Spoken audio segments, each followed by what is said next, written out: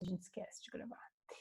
Então, meus senhores, olha aí, ó, isso que é uma coisa que a gente perde, né, Ricardo, de não estar na sala de aula, porque você está na sala de aula comendo amendoim, todo mundo ia estar comendo junto, né? Então a gente tem essa falta aí, que aí cada um tem que ficar comendo suas coisas, mas eu acho que de repente a gente tem aí uma chance de voltar e aí a gente faz uma noite da comilança, tá bom? Pode ser uma quinta da comilança ou a terça da comilança. Eu levo um arroz e um pão para vocês e você pode levar aí o amendoim. Então pronto, já está resolvido. Só não tem uma data ainda porque nós estamos esperando o Ministério da Saúde resolver o que vai fazer com a nossa vida, né? Então até lá a gente vai levando assim mesmo. Outra coisa que eu queria dizer para vocês é o seguinte: hoje de manhã eu já tinha agendado, na real, com os alunos de Strategic Management a prova, que era semana que vem. E eu acho que nós vamos ter que fazer alguma coisa aqui, tá? Porque, cara, vocês precisam de alguma nota, vocês precisam de algum documento aí que a gente tenha alguma informação, né? Então, eu acho que a gente teria que marcar isso daí. De repente, a gente podia marcar para quinta, não essa, né? Na outra, porque aí, assim, a gente já faz a prova, coisa rápida lá, e aí vocês já estão livres para o resto da quinta-feira. Pode ser? Yes, tá. Então, marcamos daí para outra quinta, tá? Deixa eu anotar aqui. Então, seria quinta, dia 16. Certo? Vou colocar aqui. Prova. Todo, não, só esse evento é para mudar. Pronto. Tá, e depois eu coloco então, Gustavo, como é que vai ser a prova? Eu ainda assim, eu perguntei para outros professores, eles já fizeram. Tem um negócio no Blackboard lá que é avaliação, que é parecido com os exercícios, só que aí eu determino um tempo para fazer, assim, né? Eu digo que abre em determinado horário e fecha em determinado horário. E aí é tipo uma coisa de atividade, um de exercício, né? Então, eu vi o negócio da Anvisa. Na verdade, eu vi a notícia da BBC, de Londres, falando que os ministérios lá, né, e o primeiro-ministro e a galera toda estava usando o Zoom também, e que os dados foram parar lá na China e tal. Só que eu fiquei pensando, né, gente? O que nós falamos aqui que a China não pode saber? Quer saber? Pode saber, não tem problema nenhum. Aí o povo lá da PUC hoje estava falando, né, cara, sinceramente, você acha que a gente tá, né, não tem informação aqui, você vai ter uma reunião lá da pedagogia, os caras da China falaram, bota um sinal vermelho aqui que a gente não quer nem ver isso daí, né? Então, sinceramente, eu tô meio tipo, é ver, veja, né? Agora, segunda-feira de manhã, cara, os meus alunos da segunda-feira da manhã, eles acordam e vêm para a aula e ligam a câmera deles. Aí um tá com o passarinho, outro tá com o cachorro, outro tá de pijama, eles estão assim no nível que, sabe? Vai que eles querem aprender sobre gestão de negócio, né? De repente tem alguma coisa aí que o cara, né, tem uma ideia aí sobre, né, aplicação sobre escalar é, a produção de remédio, de venda, de sei lá, né? Eu tenho altos negócios com a China, gente. Eu compro muito no AliExpress, eu tenho uns fornecedor forte lá. Então, de repente, né, a gente tem alguma coisa aí para a gente conversar, a gente tem umas ideias aí de compra e venda, não sei, de repente. Mas enfim, o que eu queria mostrar para vocês, eu vi a matriz BCG de vocês e até queria compartilhar com vocês aqui sobre o que eu vi, tá? Alguém aí tem algum dado que seja super sigiloso e não quer que os outros vejam? Não tem problema, né?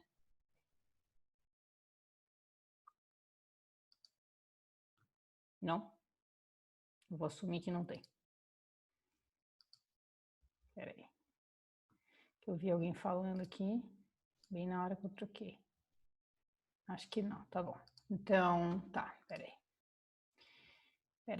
Peraí, que eu tinha deixado aberto aqui, agora eu não sei mais como ir aqui em cima sem tirar essas coisas aqui. Peraí. Ai, meu Deus do céu, sai daqui, amigo. Aí, vem pra baixo você, aqui. Cadê? Eita, saiu. Então, daí como teve os negócios lá de troca sua senha, que daí eu vi o cara do Zoom falando, né? Porque o cara que criou o Zoom, ele trabalhava na Cisco. A Cisco é uma das maiores empresas de tecnologia e eles tinham um serviço assim desses de webinar, de, né, reunião online e tal. Tipo, a Microsoft tem, a Cisco tem, tarará. E ele trabalhava lá e ele achava meio fraquinho o sistema. Ele falou, eu acho que eu posso fazer melhor. E aí ele saiu e criou o Zoom. Só que o que ele estava falando até antes da quarentena, antes do coronavírus, eles tinham cerca de, assim, tipo, 40 milhões de reuniões por dia, que já é um absurdo, né? Você pensa, 40 milhões de reuniões por dia. E aí o troço foi para, tipo, 200 milhões. Então, tipo, quadruplicou a quantidade de acessos que eles tinham lá. E eu acho o seguinte, né? Antes era uma coisa de reunião e assim, quem que vai ficar invadindo, né? Reunião para ver o que tem. Agora, a partir do momento que teve essa explosão de uso e várias empresas de grande porte e que têm questões sigilosas começaram a utilizar, porque daí tá todo mundo utilizando, né? Aí eu acho que começou a chamar atenção para essa lógica meio de pirataria aí. Então, mas eu não estou preocupada. Então, ó, eu tenho aqui a matriz BCG de alguns produtos da Lacta. Aqui, deixa eu ver se eu consigo aumentar um pouquinho aqui.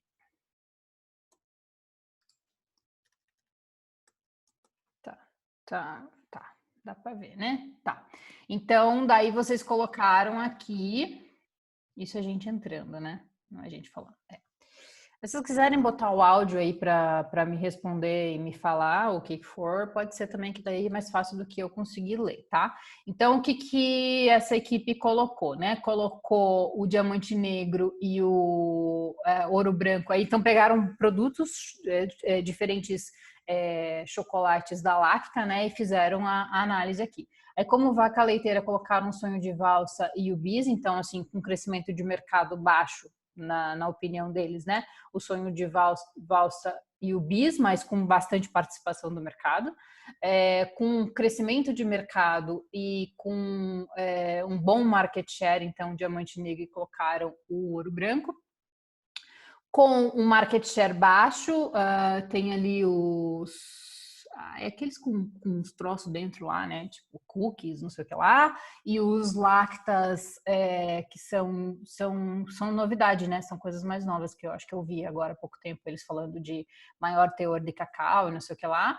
Colocaram aqui como interrogação, ou seja, com uma expectativa de com um crescimento de mercado alto, mas ainda com market share baixo. E aqui como abacaxi ou como dogs, né? Colocaram um aqui que eu nem conheço, algum deve ser tipo um recheado assim, e aqui lacta com óleo. O abacaxi. O abacaxi são os Lacta Delícia, que tem de caramelo e cereja, se não me engano, cacau, alguma coisa assim. Tá, E avelã. também, e também uma barrinha da Oreo, Tá. que, que tipo, ela tava bem ruim em tudo, assim. Só que tipo, ela era boa em sabor, mas ela não tinha crescimento de mercado e nem market share. Tá. E E aí essas como é informações que que a gente pegou, a gente acabou pegando pelo pai do Nicolas, que trabalha na Lacta. legal. Tá. Então Ele eu que ia perguntar para vocês mesmo. Da onde que eram as informações, porque isso aqui, você ter uma noção assim, você teria que ter, né, uma lógica de venda e tal. Sim. Então, ele conversou um pouco com o pai dele e daí o pai dele então falou alguns produtos pra gente que a gente foi colocando aí no gráfico. Legal. E por que ele colocou o ouro branco e o diamante negro como com crescimento de mercado? Por causa que eles sempre tiveram um lugar no mercado muito alto, né? Tá, mas Então, aí Então, acho desde que que lançou, conforme meu pai, esses são os produtos que nunca pararam de crescer. Nunca tá. pararam de vender, aumentar em vendas, essas coisas. Eles continuam vendendo mais. Continuam aumentando. O diamante Tá. negro, ouro branco, o ao leite, o laca, são esses que são mais principais, assim, eles Tá. continuam crescendo. Tá. Eu acho assim, claro, eu teria que olhar os dados, tá? Mas eu provavelmente Pro diamante negro, assim, pelo mais, assim, eu sou um pouquinho viciada em chocolate, tá? Então, inclusive o ouro branco é o meu chocolate favorito. E depois é o shot. Mas enfim, o diamante negro eu colocaria ele um pouco para baixo ali. Por mais que vocês caracterizem ele como um produto estrela, ele com alto crescimento de mercado, eu não colocaria ele com super crescimento de mercado. Porque é o seguinte, o fato de você estar conseguindo vender ele um pouco mais, você tem que pensar também com relação à concorrência. Então, assim, não é só ele que cresce sozinho, porque quando você faz uma análise dessa de crescimento de mercado, você não está falando dele sozinho, mas com quem ele concorre, né? Então, eu nem lembro, acho que nem tem outro chocolate parecido com diamante negro de outras marcas, né? Mas ainda assim, eu acho que ele já tem uma certa estabilidade de mercado. Então, talvez, assim, se você fosse posicionar aqui, eu não colocaria no super alto, sabe? Eu talvez colocasse ele um pouquinho mais para baixo aqui, mais perto da vaca leiteira nesse sentido. Prof, inclusive, quanto a isso, já que você não está acompanhando o chat, eu já vou ir falando o que o pessoal está Tá, falando. O Giovanni comentou o seguinte, que ele já trabalhou na Lacta e tá tudo certo mesmo nessa matriz. legal. E que o diamante negro é o que mais vende no Brasil, inclusive Nossa, em ovos de interessante. Páscoa, que eles são sempre os mais queridos. É mesmo? Uhum. Gente, eu não acho nada de Oi, chocolate. prof, posso Como? falar? Mas pode? Oi, então, é que eu já trabalhei já na Lacta, daí Aham. eu participo de todo esse processo aí acompanhando. O Criações Fantásticas, que tá, por exemplo, no Interrogação, é um produto que foi lançado, tipo, há 1 ano e meio, mais ou menos, e começou como fábrica de testes aqui em Curitiba, e depois começou a ser lançado pelo Brasil, ainda tá crescendo, o Criações Qual? Fantásticas. Esse O aqui. no Interrogação. Esse aqui, tá. Isso, o de morango com o de coco e caramelo queimado. Tá. E o diamante negro é o que mais vende, tipo, no Brasil inteiro. Tipo, lá no próprio Nordeste foi onde que mais faz sucesso. É o ovo de Páscoa que mais vende, a barra de chocolate que mais vende. E o preço ainda continua meio altinho. Mesmo aqui em Curitiba você não vê muito isso, mas é o que mais vende no Brasil, o que é mais encomendado. O Super diamante negro. legal. Super legal. Nossa, que informação interessante. Então, eu achei bem legal que vocês têm informação. Não é só assim, na tentativa e erro, né? Tipo, eu acho o quê? Então, eu achei bem legal mesmo, porque isso realmente era uma informação que eu não tinha. E aí, a hora que eu olhei, falei, nossa, que interessante, né? E aí, uma das coisas que isso é muito legal de ver, de como vocês olharam para dados e sai um pouco da lógica do senso comum. Você lembra que uma das primeiras aulas eu falei para vocês, falei, cuidado com o senso comum, porque o que eu acho ou o que o fulano acha não é necessariamente o que representa maioria, o que representa mercado.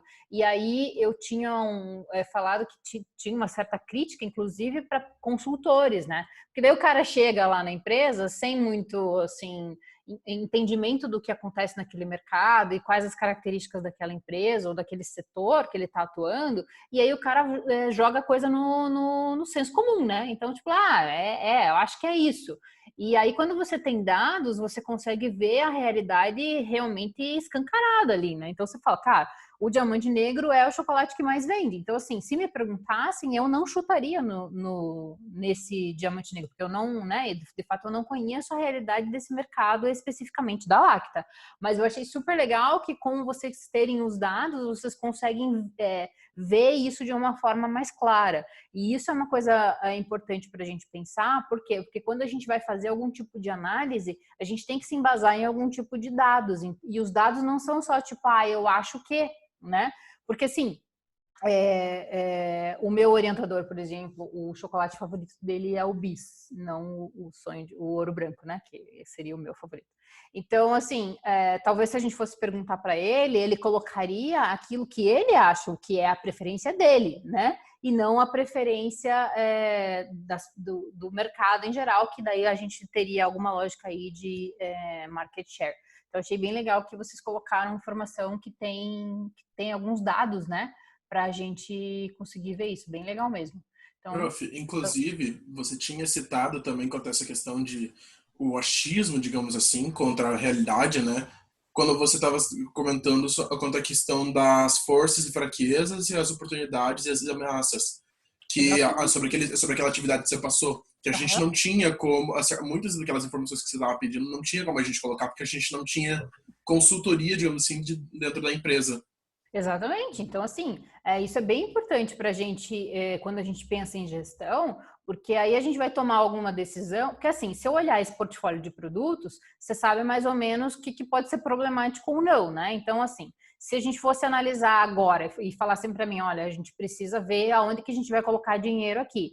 Aí vocês vão olhar esse portfólio e vão dizer assim, cara, nós temos ali 2 produtos de interrogação, que a gente pode forçar um pouquinho, então ir para cima do mercado, para o mercado conhecer melhor esse produto, então investiria nesse produto, porque eu tenho alguma expectativa dele ser um produto que tenha uma abordagem de mercado melhor, ou ele tenha uma resposta de mercado melhor. Então, você conseguiria ter algum tipo de decisão com um pouco mais de base na realidade, né? Enquanto esses produtos aqui são produtos que provavelmente já estão sendo olhados assim, tá, vale a pena, a gente mantém essa produção? Como é que a gente vai fazer esse tipo de processo? Como que isso vai continuar acontecendo? Enquanto esses aqui, esses produtos que ficam aqui na vaca leiteira, é o seguinte, você sabe que tem um baixo crescimento de mercado, a coisa não, ela está estabilizada, ela está parada, então você está trabalhando com manutenção. Então, o tipo de investimento é outro, porque você, na verdade, já tem aquele mercado, você simplesmente quer que as pessoas que estão ali consumindo simplesmente continuem consumindo. Você não está mais investindo para aumentar o consumo ali. E isso, para a gestão, é bem importante também, por quê? Porque quando a gente está pensando em gestão, a gente não está falando só de questão de marketing ou de mercado. A gente está falando também de produção, porque a partir do momento que o pessoal disser, olha, não, a gente vai investir nesse produto aqui, nesses tantos por cento ali, e porque a gente acha que isso vai ser importante para a empresa. Isso impacta, por exemplo, na produção, porque se você fizer com que o mercado aceite melhor esse produto, você vai ter que colocar na tua linha de produção alguma coisa que você não produzia tanto. Então, você está aumentando o mercado daquilo ali, mas isso tem impacto não só em questões comerciais, né? Não é só questão de vender um pouco mais, mas assim, você impactar em toda a produção de uma indústria, que aí tem que repensar, por exemplo, recurso, né? Essa ali é com mais cacau, por exemplo. Então, você vai ter uma questão de compra de material, de matéria-prima diferenciada. O Giovanni que já tinha falado. Professor, na minha opinião, eu não investiria tanto nesse com menos cacau, porque eu vejo que muitas marcas estão investindo nisso, se você estaria certa. Então, Karina, de fato, é uma tendência que...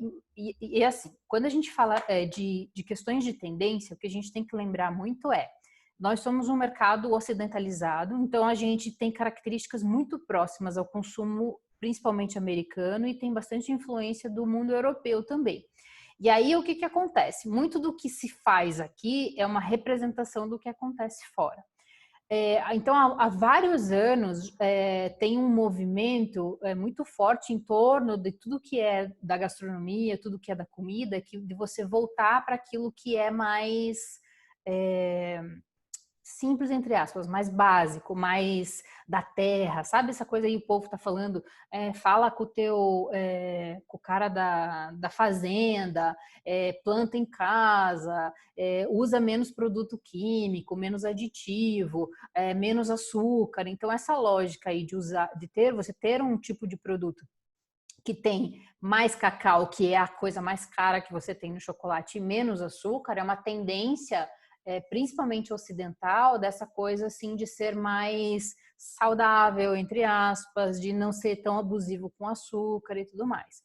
E de fato você tem razão, tem muitas indústrias, muitas empresas que estão atacando nisso, principalmente as que estão que concorrem num segmento daquele de foco.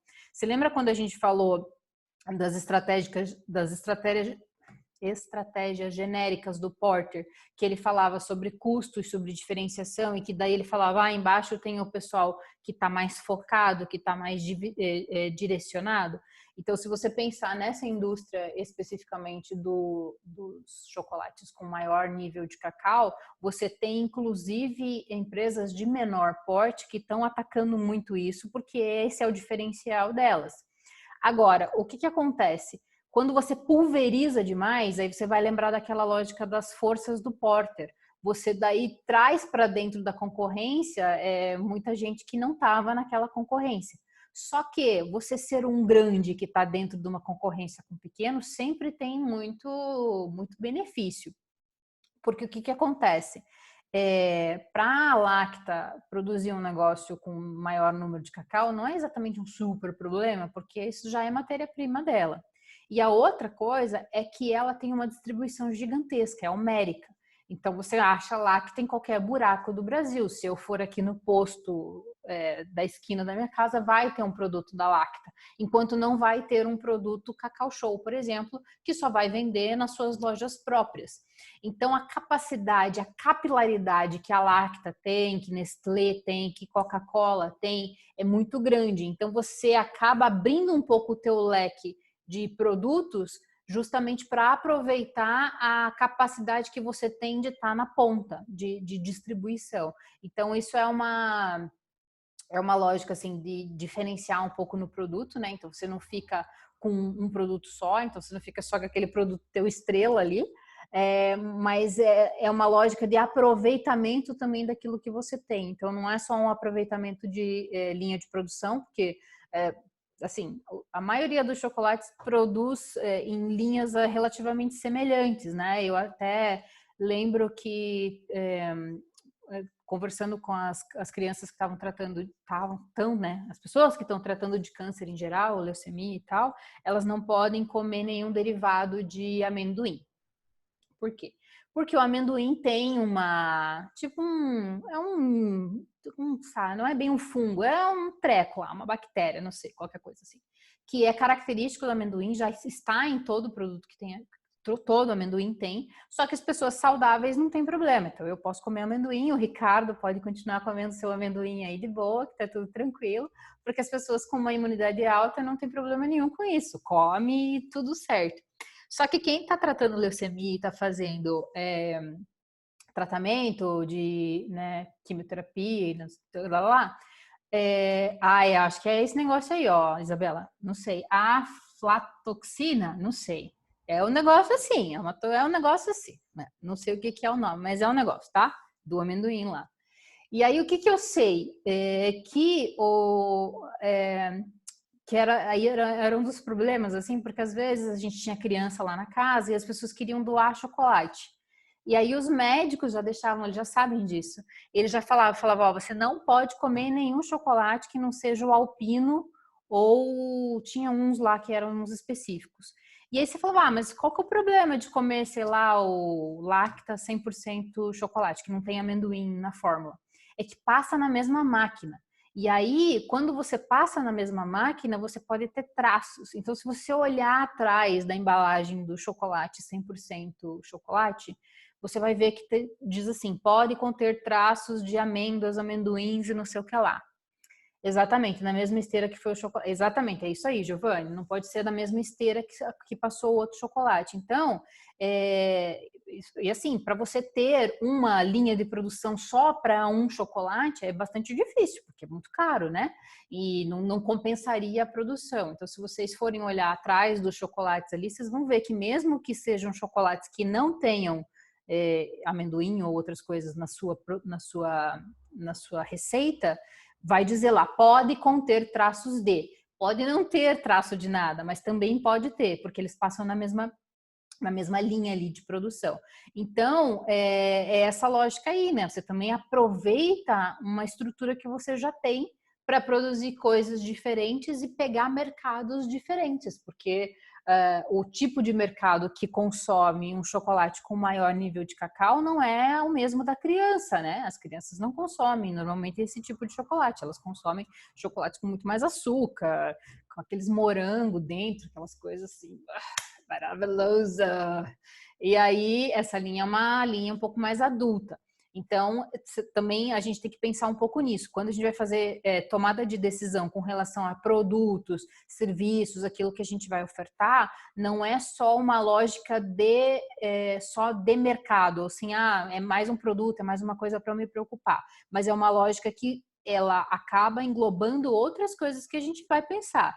Tanto o mercado, vai pensar em questão de produção, a logística, como que você vai distribuir isso, né? Como é que você vai vender isso, e o tipo de mercado que você conseguiria pegar e, obviamente, os concorrentes. Aí você vai pensar naquela lógica das 5 forças do Porter, que é tanto fornecedor, quanto concorrente, quanto substituto, quanto a própria concorrência que você tem. Então, você tem umas lógicas ali para considerar que vão além da questão de tipo, tem bastante gente concorrendo nessa área. Então, você vai fazer uma análise também do que você é capaz, né? Qual que é o teu posicionamento e, especificamente, Coca-Cola. Coca-Cola é um caso, assim, atemporal, né? Os caras conseguem chegar no vilarejo, assim, a logística deles é um negócio impressionante, é impressionante.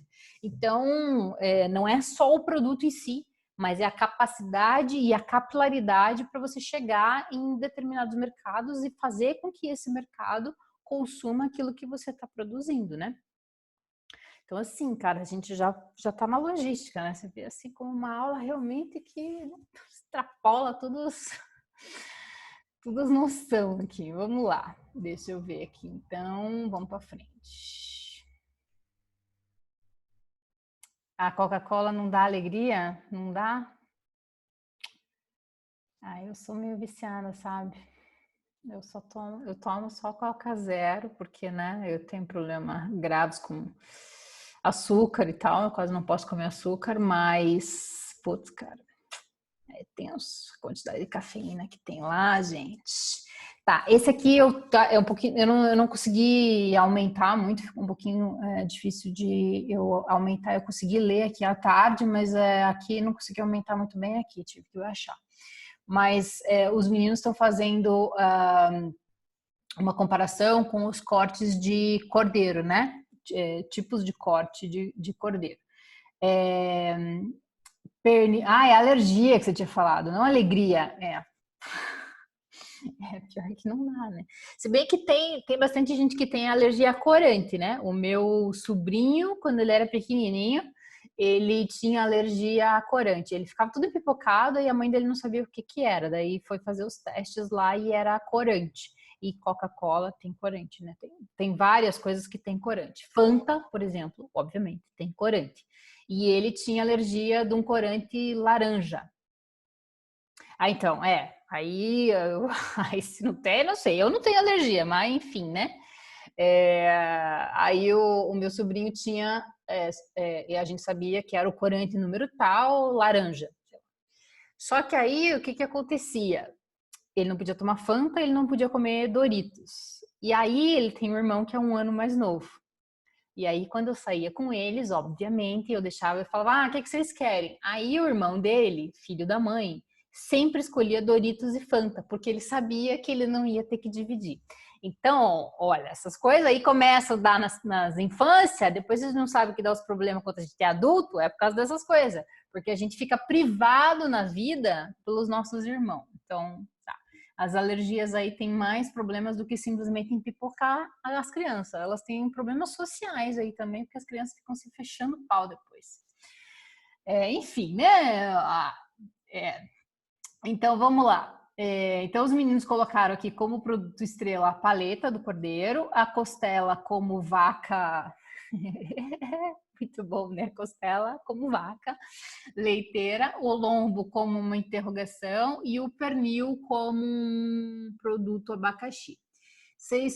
Meninos, vocês conseguem me dizer por que vocês... Eu lembro que eu consegui ler aqui o negócio do lombo, que era um produto assim que tinha bastante um bom sabor e tal, mas é que ele tinha uma relativa baixa penetração de mercado, enquanto vocês anotavam que a paleta tinha uma percepção muito boa de mercado, tinha uma boa nível de vendas e tal, e que a costela também tinha uma certa estabilidade.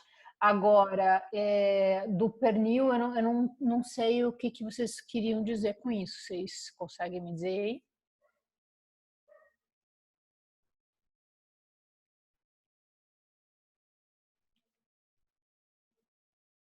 Tem alguém aí dos ovinos?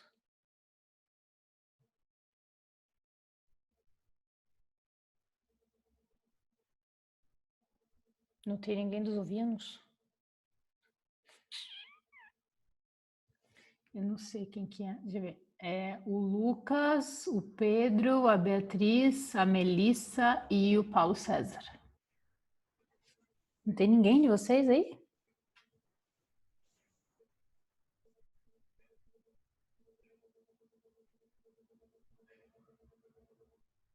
estão aí, gente?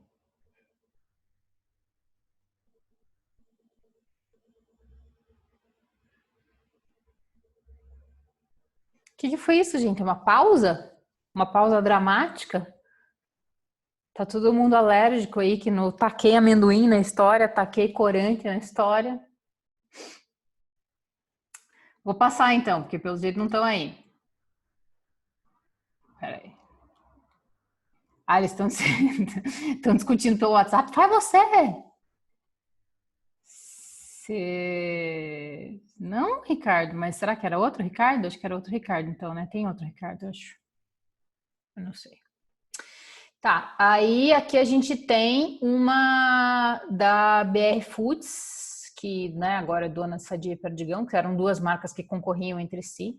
E isso é uma coisa também que acontece muito no mercado, né, gente? É assim, eu lembro, assim, eu tô trabalhando há muitos anos já. Eu lembro que há muitos anos, assim, a gente fazia palestras tanto para a Brahma quanto para a Antártica. E os dois, principalmente as cervejarias, né? Elas eram muito briguentas entre si, sabe? Os funcionários, assim, era uma coisa meio de clube, assim, quase que, sabe, Coxa e Atlético. E eles, assim, se matavam mesmo, porque, tipo, Antártica é melhor e Brahma é melhor, não sei o que, tinha, assim, uma briga muito forte entre eles. E aí, eu lembro que assim, a gente fazia palestras tanto para um grupo quanto para outro. E aí, quando a Ambev juntou todo mundo, foi tipo um choque, né? Porque você tinha uma coisa assim muito cultural, né? De dizer, não, nós somos Antártica e nós somos Brahma, e daí de repente todo mundo está no mesmo barco. E a BR Foods faz mais ou menos a mesma coisa com Perdigão e Sadia, né? Que eram dois grupos diferentes e que mantêm as suas marcas, mas que tinham linhas muito semelhantes, né? Porque concorriam no mesmo segmento. Então, em princípio, eram concorrentes do mesmo setor, da mesma indústria, e aí você tem a compra das duas e são colocadas juntas no mesmo guarda-chuva, na mesma corporação. E aí a gente chama isso de estratégia corporativa. Porque aí você tem a corporação, que é a BR Foods, e aí você tem outras indústrias embaixo dela, outras marcas debaixo dela. Muito parecido com aquela lógica da Procter & Gamble, que a gente conversou, com a Unilever. Então, são características de corporações, que tem um grande pai, né, uma grande mãe, e que embaixo dela tem várias organizações, e cada uma dessas organizações funciona de uma forma relativamente independente. Então, assim, eles têm trocas entre si, mas ainda assim você tem um guarda-chuva, né? Tem uma corporação, tem uma estratégia corporativa, mas cada uma das organizações tem as suas próprias estratégias e tem os seus próprios alinhamentos. E aí achei bem interessante essa matriz BCG aqui, porque você inclusive tem uma lógica, assim, embora a Claybon seja Perdigão também, né? Mas você tem uma lógica aqui com indústrias diferentes dentro do mesmo guarda-chuva, né? Bom, e aí então os meninos colocaram aqui Sadia e Perdigão de uma forma generalizada como estrelas, que ainda têm alguma capacidade de crescimento de mercado. Aqui como vaca leiteira, eu deveria ter lido aqui. Sadia Halal e Miss Daisy, eu achei muito boa a sacada do Halal.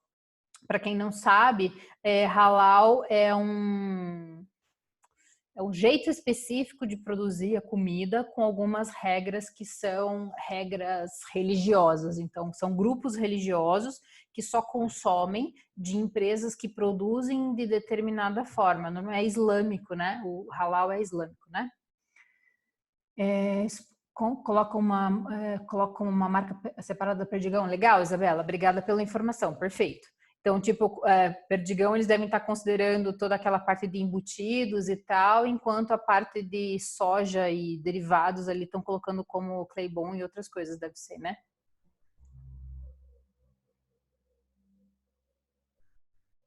Tá. Então, voltando para a lógica do halal.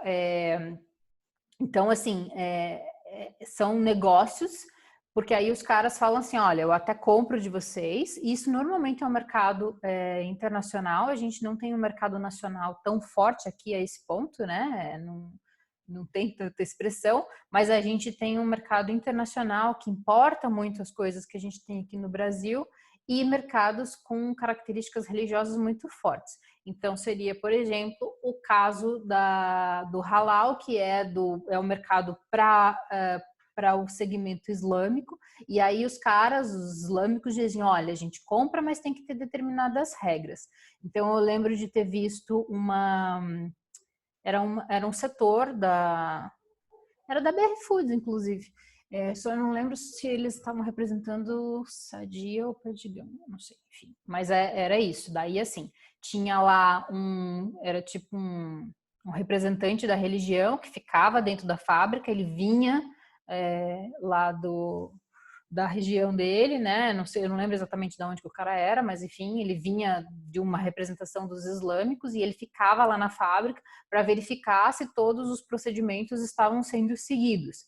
Então, assim, o abatimento das aves tem que ter uma característica específica, então, se eu não me engano, não pode ser por degola, e a degola é uma dos mais comuns, né?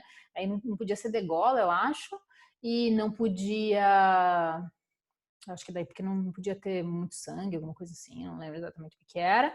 E a posição da linha de produção também tinha que ser voltada para a Meca, umas coisas assim, tinha umas lógicas bem específicas aí com relação a isso.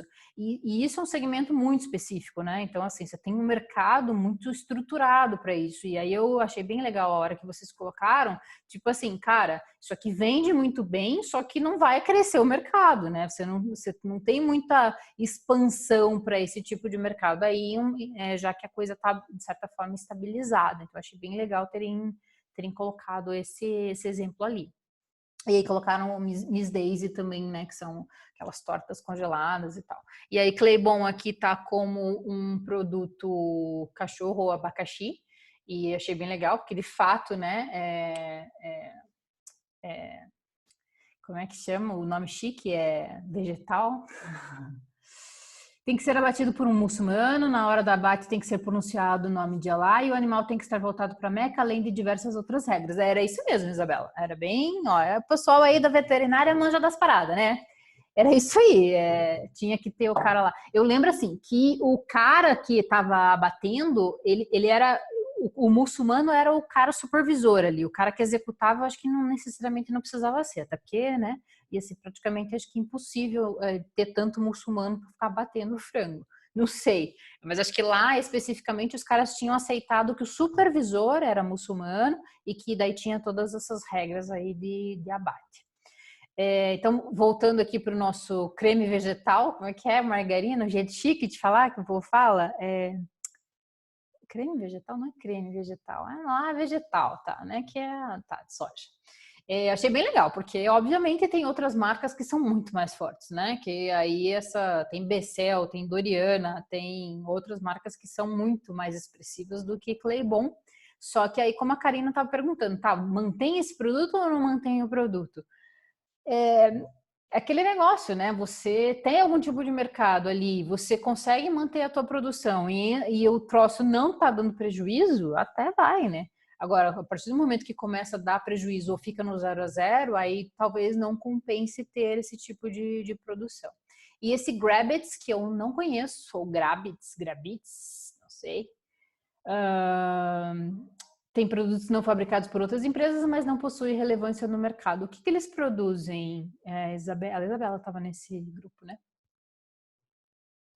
Eles tinham um market share de 1% em 2012 e tentaram repaginar, porém não funcionou muito bem. Mas o que eles vendiam? Eu nem conheço essa marca aí. Eu sou uma pessoa elegante, né? É uma coisa chique? Ah, Claybon, tá. Prof, Oi? tá me ouvindo? Uhum. Ah, tá. A Grabbits, eles fazem alguns produtos especiais. Eles têm, por exemplo, espetinho de frango pronto para só ser consumido, se colocar no micro-ondas e tá pronto. Ah, é? Não. Eles desenvolveram alguns produtos novos, eles focam mais nessa linha de produto especial. Tá. É tipo na lógica do Miss Daisy, mas para uma lógica mais de carne e tal, não tanto sobremesa. Uhum. Tá, legal. Achei bem legal, bem bacana a análise de vocês, bem legal mesmo. E vamos lá. E aí eu não sei porque que às vezes eu aperto as coisas e não vai do jeito que eu quero que faça. Mas é assim, né, gente? A gente aceita que... Vou voltar aqui, vamos ver.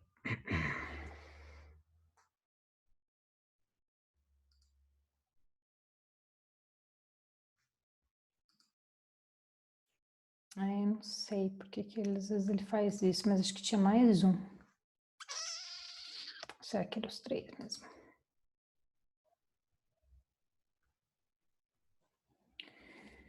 Linguicinha de pacote, não sei, Giovanni.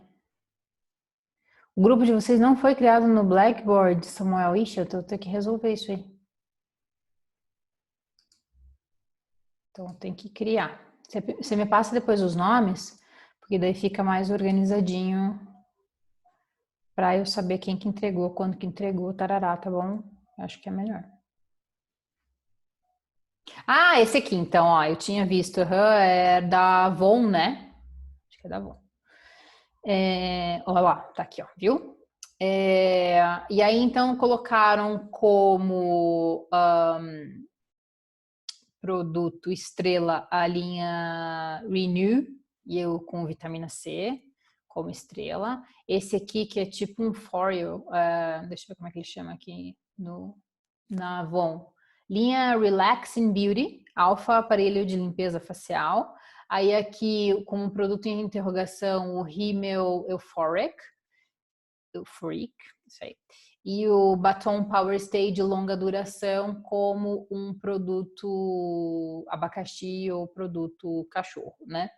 E aí colocaram aqui que essas informações foram obtidas por alguém que vendia ou que tinha informação sobre isso daí.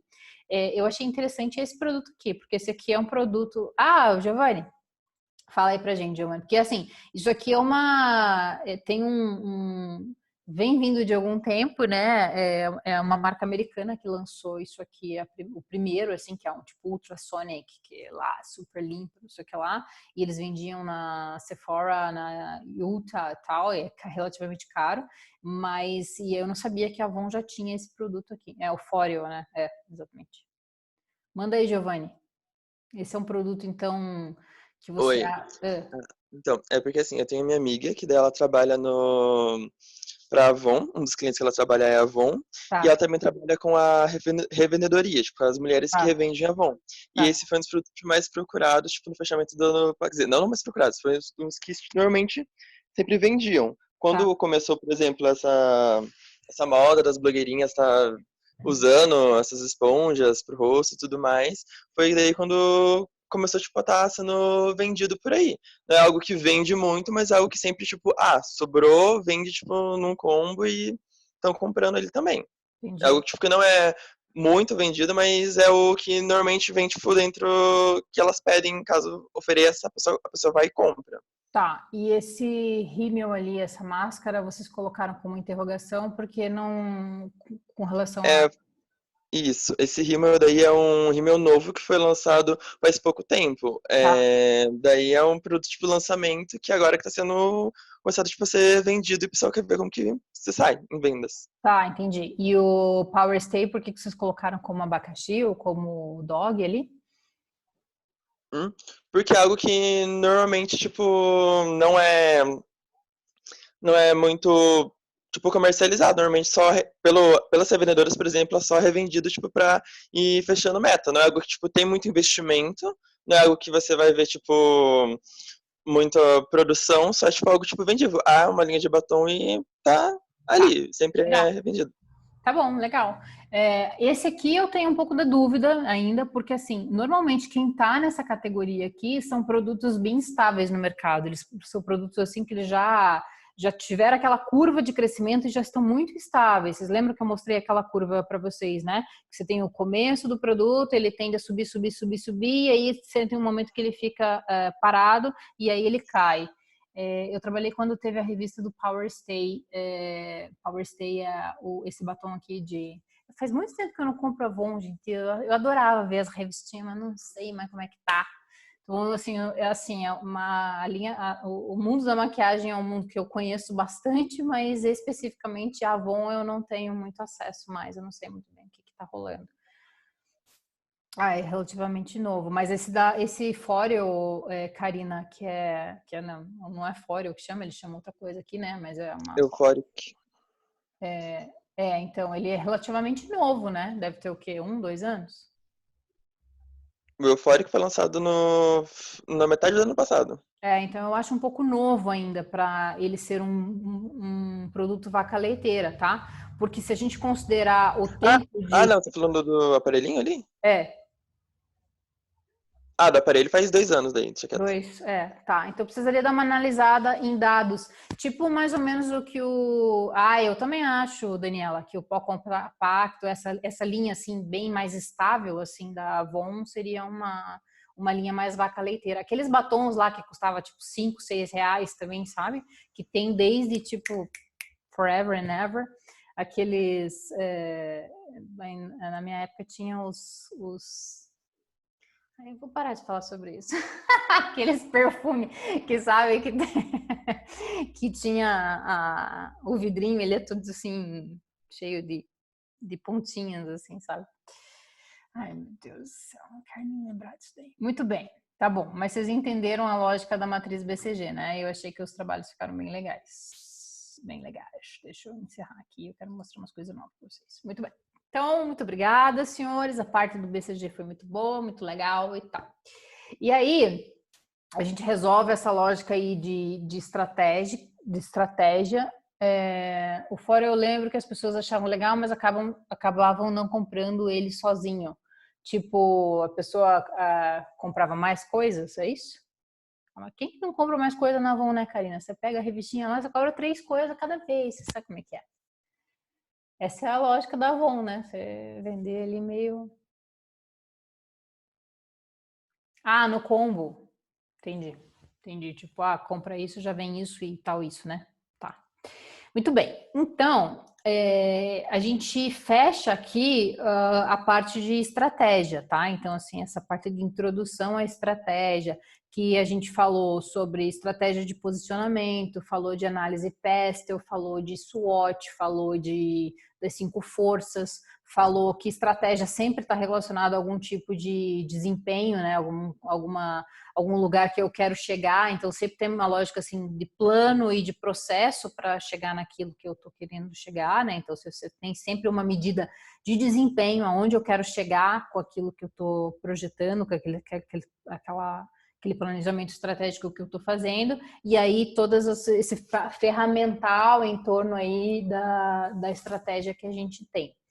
Tá bem tranquilo isso aí, gente, de estratégia e tal, porque aí, assim, óbvio que alguma informação sobre isso cai na prova, né? Naquela prova da quinta-feira que vem, sobre estratégia, certamente vai ter coisas, porque, né, a gente tem muito ferramental, muita coisa aí, mas, assim, não é muito complicado, né? Vai ter prova, Giovana, quinta-feira que vem. Então, vai ser... no Blackboard, provavelmente, tá? Tem uma ferramenta lá que chama avaliação, é como se fosse um exercício. E aí, só que assim, a gente começa no mesmo horário e tem um prazo para terminar, como uma prova na vida real, assim, né? Só que diferente de fazer no papel, a gente vai fazer direto no Blackboard, tá? Daí cada um entra com o seu login, sua senha e faz. Tá, então, beleza, a gente tem toda essa lógica aí de estratégia resolvida. Aí uma outra coisa que vão falar, e sempre que a gente vai falar de gestão, é de inovação. Então, e aí assim, eu até achei muito engraçado, porque aí eu estava estudando um pouco sobre isso, até para conversar com vocês, e aí lembra que semana passada eu falei para vocês que eu também estava lendo esse livro do Mintzberg aqui, que chama Managing, né? E ele dá umas porradas muito boa aqui, muito boa. E aí ele tem uma parte aqui que eu até marquei, eu coloquei um kkk aqui do lado que eu achei muito bom. Que eu lembrei muito de vocês, principalmente porque estava falando dessa questão da inovação. É essa aqui, ó.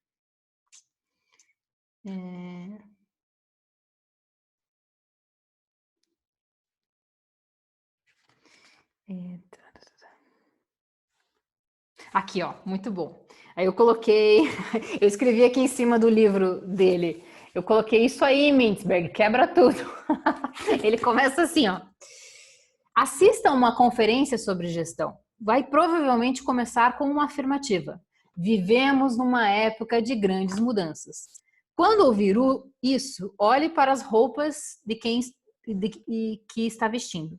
Observe os botões e pergunte a si mesmo por que, se estamos vivendo uma época de grandes mudanças, ainda abotoamos nossos botões. Aliás, por que ainda dirigimos automóveis movidos por motores de combustão interna de 4 tempos? Não era isso que usavam na época do Ford T, o Ford modelo T? Por que você não notou os botões na sua roupa quando se vestiu de manhã ou a tecnologia antiga do seu carro quando guiou até o local da conferência simplesmente para ouvir que vivemos numa época de grande mudança?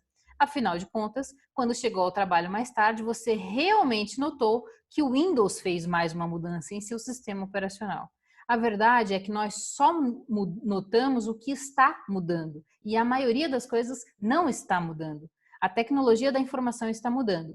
Todos percebemos isso. E o mesmo vale para a economia ultimamente. Mas e quanto à gestão? Aí o que ele vai falar, né? A gestão hoje e ontem. Apesar de todo o modismo da liderança, é a gestão fora de moda que está sendo praticada em suas características fundamentais não mudaram. E aí eu quis dar um beijo nesse homem, porque pensa num homem assim, né, esclarecido da vida ele, porque é realmente isso, né, uma das coisas que a gente tem aí como mote é dizer tá tudo mudando, tá tudo novo e tal, e de fato tem muita coisa mudando, mas tem muita coisa que continua a mesma coisa. Então assim, se a gente pensar na lógica da sala de aula, quanto tempo a gente tem aula desse jeito, né? Tem os alunos, tem os professores, a gente vai lá, aí a gente bota umas coisas no quadro, e aí assim, a gente mudou um pouco talvez a forma de entregar, né? Antes era com transparência, agora é com slide, e antigamente só tinha giz e agora a gente tem a opção de projetar no quadro, mas a lógica da coisa não mudou tanto assim. E aí ele dá o exemplo dos carros, né, cara? Os Ford T's tem uns, sei lá, século, né? Então a gente tem aí muita coisa que de fato permanece. E aí uma das coisas que ele diz é assim, olha, a gente tem que prestar atenção que gestão não é uma coisa que muda tanto assim. A forma de gerir coisas não é necessariamente tão diferente quanto era há 10, 20 anos atrás. Mudou um pouco da forma como a gente faz as coisas, mas a gestão em si não mudou tanto assim. Então, essa coisa de dizer, nós estamos em tempos de mudanças, às vezes é mais uma forma de dizer assim, você não está preparado e eu tô, então você precisa vir aqui comprar minha consultoria, comprar minha palestra, comprar minha aula, porque eu estou preparado para a mudança e você não está. E no fim, se você for ver o que acontece mesmo dentro das empresas no dia a dia, não exigem tanta mudança assim. Então, é fácil a gente ver a mudança porque é o seguinte, né? Quando acontece alguma coisa que muda, a gente percebe. Mas, em geral, a gente não tem tantas mudanças o tempo todo assim. E aí a gente tem que caracterizar um pouco o que é mudança. Deixa eu ler aqui a mudança. A maior mudança seria o próprio EAD, que você cria seu espaço e tempo para realizar tarefas, mas ainda assim um preconceito com essa atualização. E não só isso, né, Giovanni? Porque assim, se você pensar no EAD como uma forma de aprendizagem é uma coisa. Outra coisa é o processo de aprendizagem é muito, muito parecido ainda. Você tem alguém que é um professor, que pode não estar ali online com você ao mesmo tempo, mas é alguém com um conhecimento diferente do teu e que ele vai tentar te mostrar esse conhecimento, ou te ajudar a crescer, ou passear por esse conhecimento. Então, assim, você tem uma mudança da entrega, a forma de fazer a entrega. Mas a mudança na educação quase não tem, né? Faz muito tempo que a gente tem essa lógica de professor-aluno, de alguém que passou antes do que você por algumas coisas, leu mais coisas que você e que vem, como professor, partilhar dessa lógica. Então, Aí, o que eu queria começar falando para vocês sobre questão de mudança, que a gente precisa primeiro caracterizar o que é mudança. Porque se você pensar numa lógica assim extrema, nada é do mesmo jeito que foi há 2 minutos atrás. Por quê? Porque o que eu sou agora não é mais o que eu fui há 5 minutos atrás. E teve toda uma mudança de fluxo sanguíneo, teve toda uma mudança de tempo, né? Então, eu estou 5 minutos mais velha, estou 5 minutos mais perto da morte agora. Então, assim, se você pensar no extremo, nada nunca é igual sempre. Então, tem uma corrente teórica da filosofia que fala o seguinte, que nenhum rio é o mesmo, o rio que passa debaixo da ponte nunca é o mesmo. Embora seja o mesmo rio, a água que está passando ali não é a água que acabou de passar. Então, assim, se você pensar no extremo, a mudança, ela é o que é, ela é o que há, e não a estabilidade, tá? Então, assim, filosoficamente, nada é estável. Mas, então, aí você tem o Bauman, né? Ele ficou famoso agora só porque ele morreu, as pessoas começaram a falar dele de volta. Mas ele falava da liquidez da modernidade, né? Que cada vez mais as coisas não são, elas estão, né? Então existe um certo fluxo na coisa. Tá. Tirando essa parte filosófica, né? Que obviamente nada é a mesma coisa sempre. A noção de estabilidade, ela é mais forte do que a mudança. Ou seja, tem muitas coisas que elas têm essa percepção de estabilidade do que a mudança. Por isso que quando as coisas mudam, a gente percebe, porque a gente está acostumado que as coisas sejam de determinadas maneiras. Então, a gente está acostumado com a estabilidade, e aí quando vem a mudança, a gente, mudou alguma coisa, né? Então, aí que a gente daí teria que pensar um pouco no seguinte: existem tipos de mudança, tá? E aí isso é uma coisa importante também daí para a gente ter aqui na nossa caixinha no nosso baúzinho aqui, que a gente pega algumas coisinhas para a gente discutir.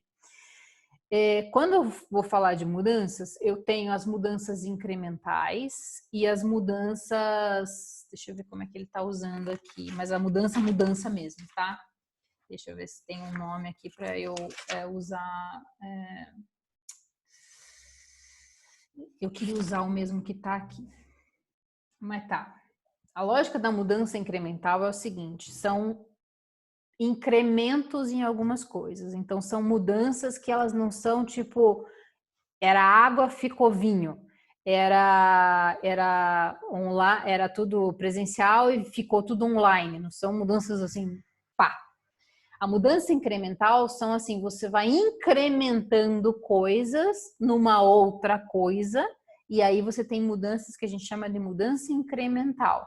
Então, assim, é uma mudança que, assim, tem uma mudancinha ali, mas não é de uma coisa para outra. É assim, tipo, mudou um pouquinho, melhorou um pouquinho, tá um pouquinho diferente. Então, vamos pensar em alguma coisa que seja uma mudança incremental que a gente tenha aqui fácil de entender.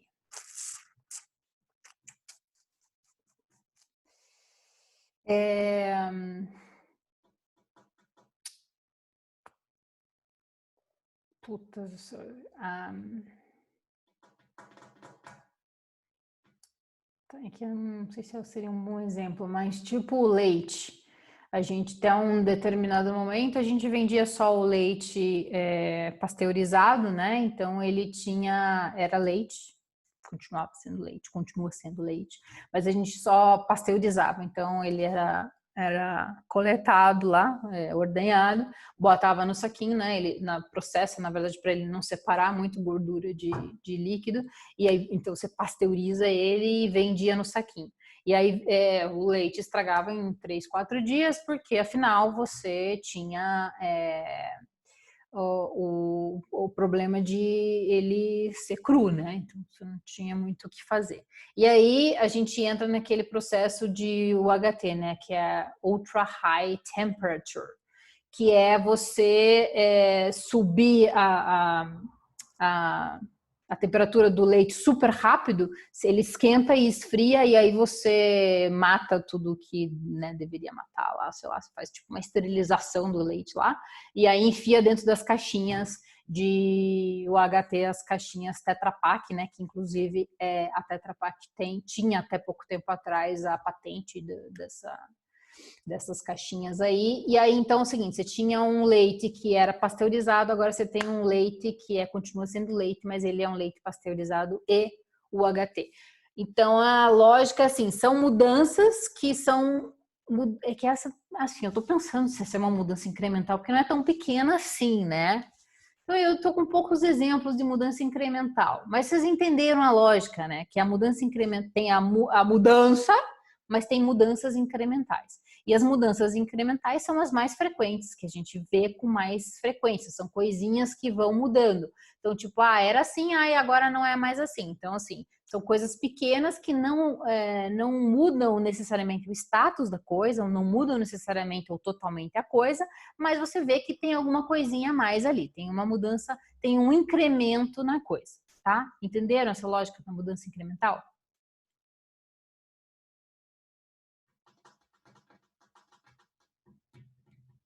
Sim. Muito bem. Então, beleza. Nós temos a questão da mudança incremental e nós temos a questão da mudança. Aí, o que aconteceu?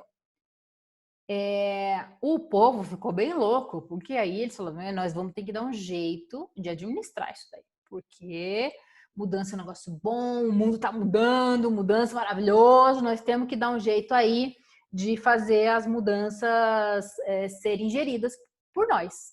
Porque a nossa empresa, lógico que vai se beneficiar das mudanças, né? Porque se eu proponho alguma coisa nova, eu proponho um jeito novo de produzir, eu proponho um produto novo, eu dou um jeito de baixar os meus custos, eu penso em coisas novas. A mudança é interessante para a indústria, a mudança é interessante para o mercado. Então, assim, você ter controle sobre isso, sobre essa inovação, sobre aquilo que vai ser o novo, seria muito interessante, porque, obviamente, você teria uma super vantagem competitiva de ser o dono da mudança, né? O gestor da mudança.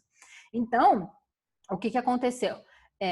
Teve toda uma onda de gente estudando assim, como é que eu vou fazer para ser o dono da mudança, para ser o dono da inovação, né? Então, assim, principalmente os americanos, vocês vão ver muito que eles têm uma lógica assim de estar sempre investindo em pesquisa e desenvolvimento. Então, é muito comum nas indústrias americanas ou empresas de maior porte você ter uma área de pesquisa e desenvolvimento, que a gente chama de P&D. Ou em inglês chama Research and Development, RED. R, aquele E comercial D. E então é muito comum, porque para eles essa coisa assim de você estar em cima da mudança e você dar condição para que a mudança aconteça, ou a inovação, né?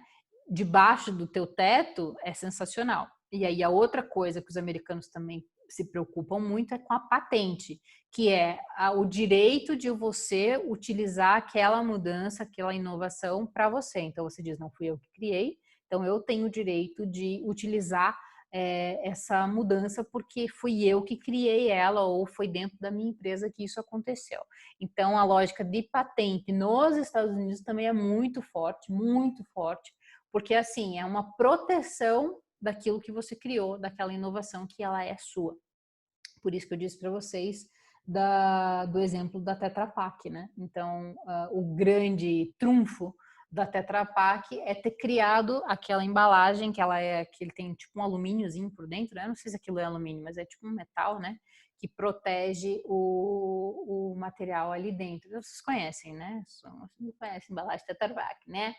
Então, até há pouquíssimo tempo, acho que nem sei se eles conseguiram renovar a patente, mas aí a patente tem um período de tempo e aí só eles que tinham essa embalagem. É uma embalagem que foi sucesso no mundo todo, especialmente no Brasil. Aqui no Brasil foi uma coisa sem tamanho o sucesso dessa embalagem, inclusive para leite, né? O que não pegou tanto nos Estados Unidos. O americano prefere consumir o leite no galão direto da geladeira. E aqui no Brasil a coisa pegou de um jeito que realmente é impressionante. Então, assim, o custo dessa embalagem não é só o custo da embalagem, mas o custo da inovação também, né? Porque como eles tinham a patente, só eles que podiam vender esse produto.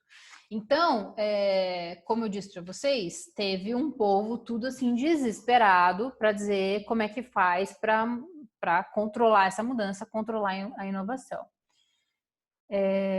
O Giovanni está falando que é usado até em carteira de cigarro porque preserva a umidade. Então eu acho que a lógica de usar metal, sim, né, Giovanni? Mas a lógica da Tetra Pak especificamente é que o material dela aguenta a temperatura que precisa ir o material que vai para esse processo de ultra high temperature, né, que é esse UHT. E os caras têm, tipo, vedação e tal. Realmente, né, um produto extremamente inovador. Eu infelizmente, tenho que dar a mão para a vitória, né? Os caras são bons mesmo. Então, aí, como eu estava dizendo para vocês, teve todo um desespero para coisa assim, né? Como que eu faço para ter inovação na minha empresa e que essa inovação seja interessante para mim, que essa mudança, essas coisas que vão sendo propostas dessa inovação sejam minhas, né?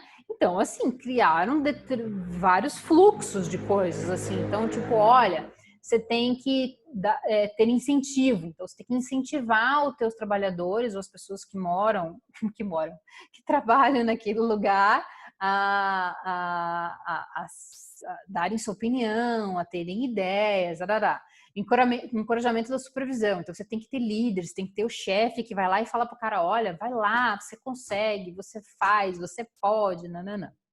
Encorajar as pessoas a trabalharem em equipe.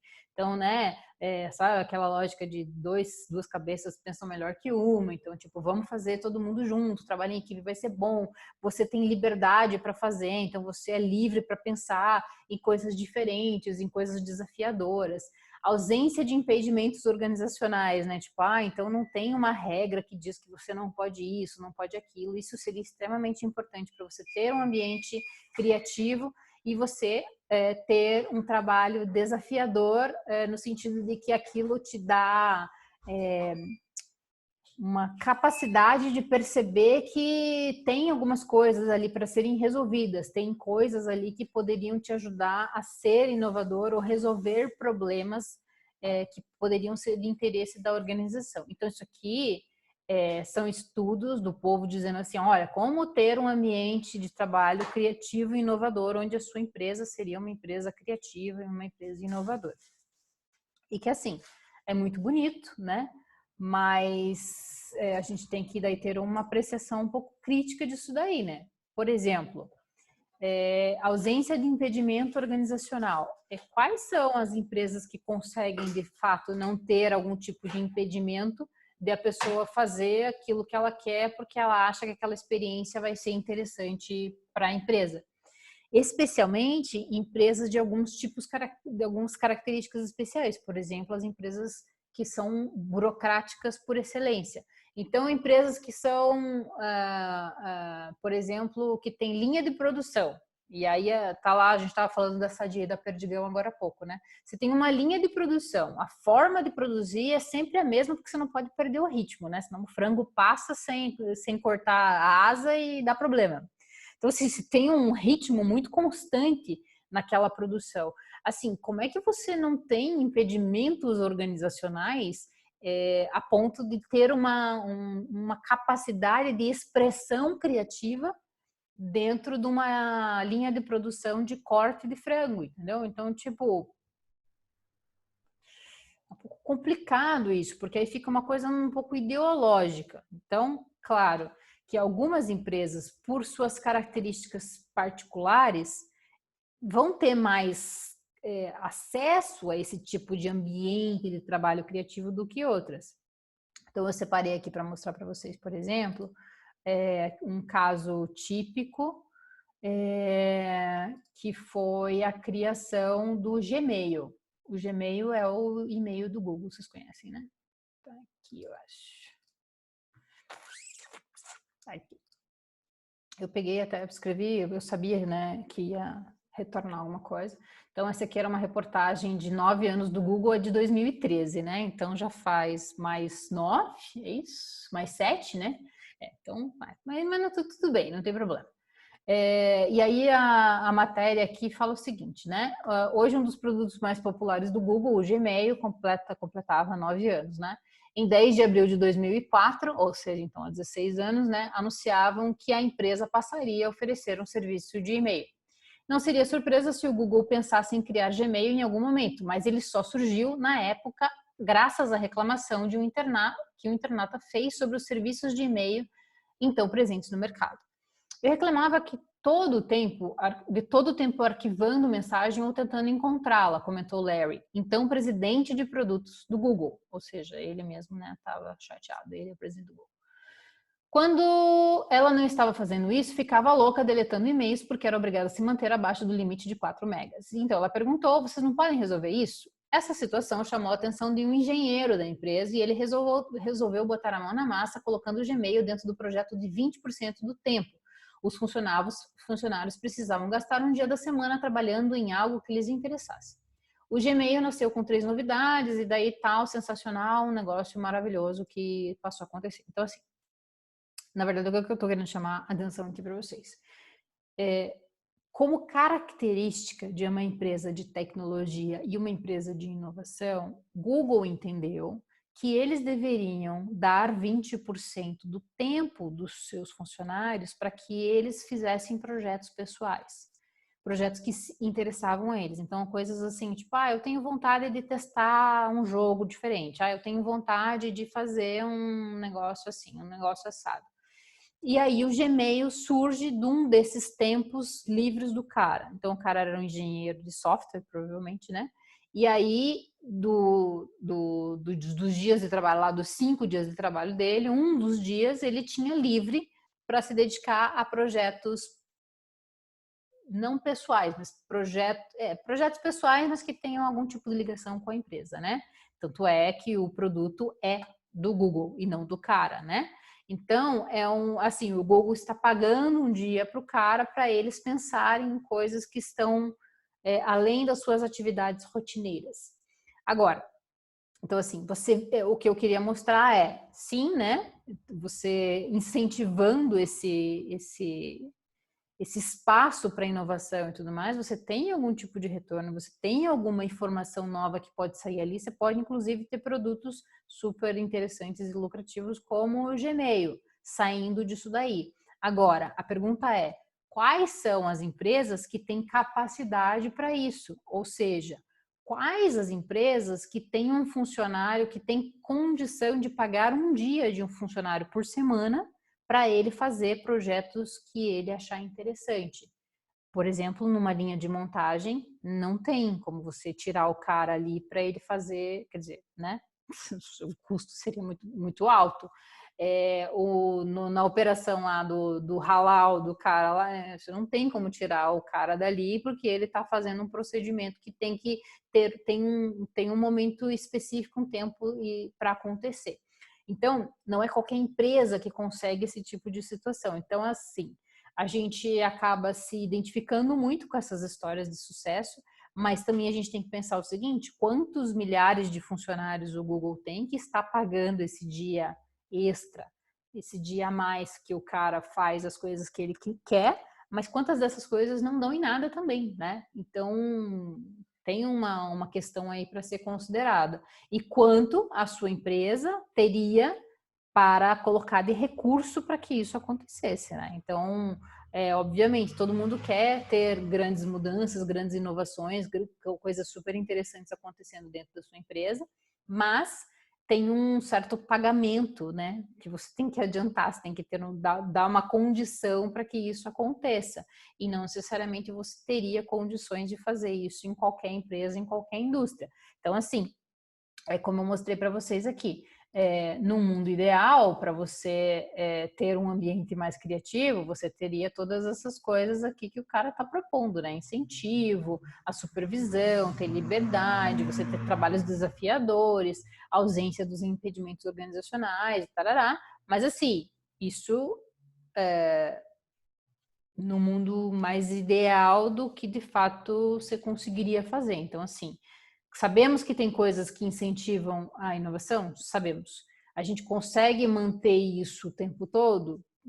Tem que ter uma percepção aí do que é possível e o que não é possível fazer, especificamente com o que você tiver aí de recurso e de grana para manter a sua organização, e depende do que você está fazendo também, né? Se você tem condição de tempo até para as pessoas fazerem isso. Então, essa é uma das coisas da mudança, assim, que a gente tem que considerar, tá? Eu queria trazer um pouco dessa lógica um pouco mais crítica para vocês, porque é bem interessante a gente pensar em inovação, a gente pensar em processos de mudança, a gente pensar em coisas assim que podem ser disruptivas, né?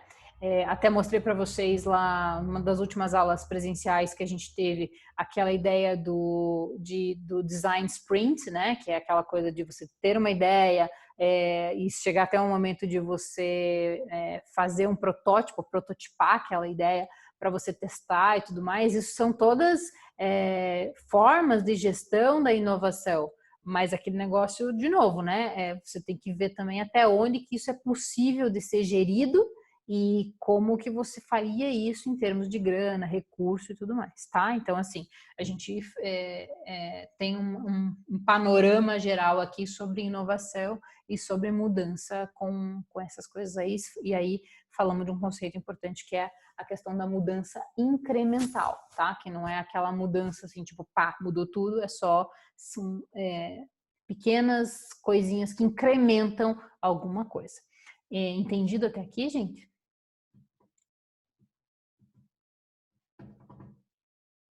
Sim, muito bem. Então, acho que já tá bem bom, né? Então, a gente matou tudo o negócio dos BCG, da estratégia e tal, tudo isso vai, obviamente, para a prova, e a gente já começou essa lógica aí falando de inovação, de mudança incremental e tal, e aí a gente fala mais na próxima aula. Quinta-feira não tem aula, né? Então, porque é quinta-feira santa, então vocês vão poder aproveitar o feriado de quarentena aí, se cuidem, tá? Espero que tenha aí umas ovos de Natal, não. Natal ainda não chegou. Se Deus quiser, a gente vai se ver antes do Natal, tá? Boa Páscoa para vocês, gente. Aproveitem bastante aí, cuidem da família de vocês. E na terça-feira que vem a gente se vê, fala um pouquinho mais sobre, então, inovação. E na quinta a gente faz a prova, tá? Então a gente tem mais uma aula antes da prova, se acalmem. E aí agora vocês mandam um beijo para a professora Andréia, porque eu mando um Instagram para ela, mas ela não é dessa turma aí. Vocês mandam oficialmente o beijo para ela aqui, tá? Já que vocês vão ver lá. Mandaram o anterior, né? Mandaram? Então, bonito, né? Bonito. Então, hoje vocês não... Ah, Samuel, qual que é o nome das pessoas do grupo?